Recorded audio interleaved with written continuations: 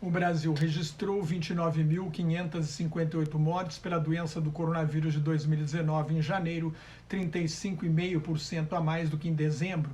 Foi o terceiro pior mês da pandemia no país, depois de julho, com quase 33 mil mortes, e junho, com 10.315. 5 estados tiveram recordes de mortes em janeiro. O Amazonas notificou 10% dos óbitos. A notícia mais preocupante é que a nova mutação do vírus identificada em Manaus possa causar casos mais graves, a exemplo das cepas descobertas na Inglaterra e na África do Sul. Já se sabe que elas são 70% a 80% mais contagiosas, suspeitas que sejam 33% mais perigosas e letais. O Centro de Controle e Prevenção de Doenças dos Estados Unidos anunciou que os laboratórios estão querendo sequenciar, fazer um mapa genético de 7.000 amostras do novo coronavírus por semana para descobrir novas mutações. Já está provado que a variante da Inglaterra, presente em outros 72 países e em 32 estados americanos, é mais resistente às vacinas. As vacinas da Novavax e da Johnson & Johnson, aprovadas recentemente, são menos eficazes contra a variante da África do Sul.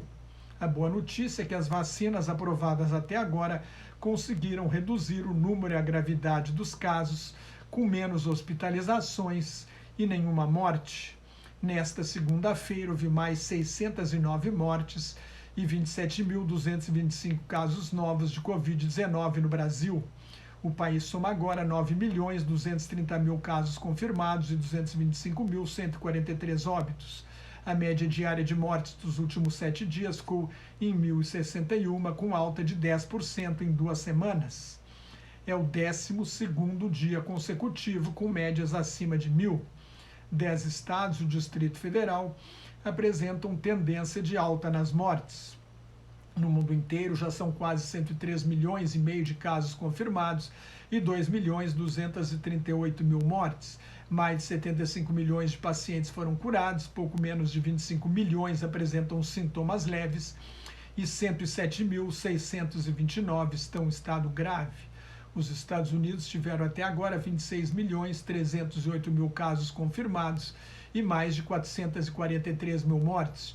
Janeiro foi o mês com o maior número de mortes nos Estados Unidos, mais de 95.000.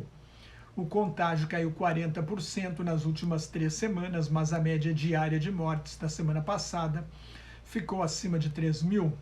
A situação é mais grave em Los Angeles, a segunda maior cidade do país, onde uma pessoa é infectada a cada 6 segundos e há uma morte a cada 8 minutos. Os hospitais estão tão sobrecarregados que os socorristas receberam a orientação de não transportar pacientes com poucas chances de sobrevivência. Às vezes eles precisam esperar 8 horas para internar um paciente.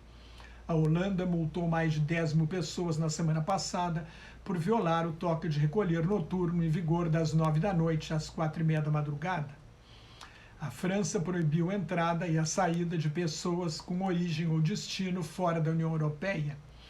Só viaja para fora da União Europeia quem comprovar um motivo urgente. O governo francês tenta evitar um terceiro confinamento com toque de recolher das 6 da tarde às 6 da manhã.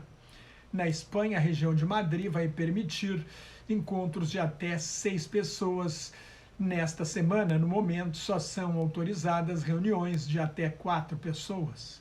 O toque de recolher vai começar à meia-noite, agora começa às 10 da noite. Depois de impor um confinamento rigoroso em dezembro, a Dinamarca vai reabrir as escolas dos 4 primeiros anos do ensino fundamental a partir da próxima segunda-feira. A China prendeu mais de 80 pessoas de uma gangue acusada de vender mais de 3.000 vacinas falsificadas. Mais de 108 milhões de doses de vacinas foram aplicadas até agora em cerca de 70 países, sendo 31 milhões nos Estados Unidos, 9,4% da população, 24 milhões na China, 9.800.000 no Reino Unido, 14,4% da população, e 2.250.000 no Brasil. Israel é proporcionalmente o país que mais vacinou, já deu a primeira dose a 56% da população.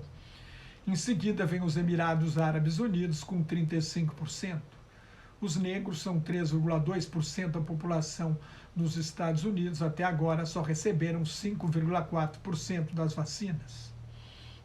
A empresa de biotecnologia alemã BioNTech, parceira do laboratório americano Pfizer na produção de uma vacina, prometeu entregar mais 75 milhões de doses à União Europeia nos próximos meses.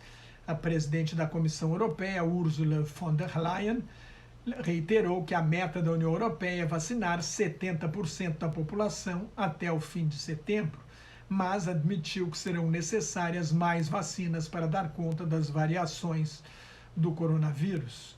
Um estudo da Faculdade de Medicina da rede hospitalar Mount Sinai, de Nova York, publicado nesta segunda-feira, sugere que quem já teve a doença pode ser imunizado com apenas uma dose de vacina, mas o diretor do Instituto de Imunologia da Universidade da Pensilvânia, John Wary, quer mais dados sobre a produção de anticorpos para ter certeza de que apenas uma dose será capaz de controlar o novo coronavírus. A África do Sul se tornou nesta segunda-feira o primeiro país da África a receber vacinas em grande quantidade. 1 milhão de doses da vacina da Universidade de Oxford e do laboratório AstraZeneca, fabricadas no Instituto Serum, na Índia. A África do Sul tem o maior número de casos confirmados no continente africano, mais de 1.456.000, e o maior número de mortes, 44.400. O Escritório de Orçamento do Congresso, um órgão bipartidário, prevê um crescimento de 3,7% em 2021 nos Estados Unidos, o suficiente para recuperar o nível do produto interno bruto anterior à pandemia, e mais 2,4% de crescimento em 2022. A oposição republicana quer reduzir para 1/3 o orçamento de emergência proposto pelo governo Joe Biden para conter a pandemia e estimular a economia de 1 trilhão e 900 bilhões de dólares, mais de 10 trilhões e 300 bilhões de reais. Mais notas e comentários sobre política internacional no meu blog Globalização em Crise, que está em nelsonfrancojobim.blogspot.com, no meu Twitter e no Facebook, onde também colaboro com o grupo Quarentena News. Cuide-se, fique em casa se não tiver nada muito importante a fazer na rua, use máscara e mantenha a distância de pelo menos 2 metros se tiver de sair à rua. E muito obrigado pela sua atenção.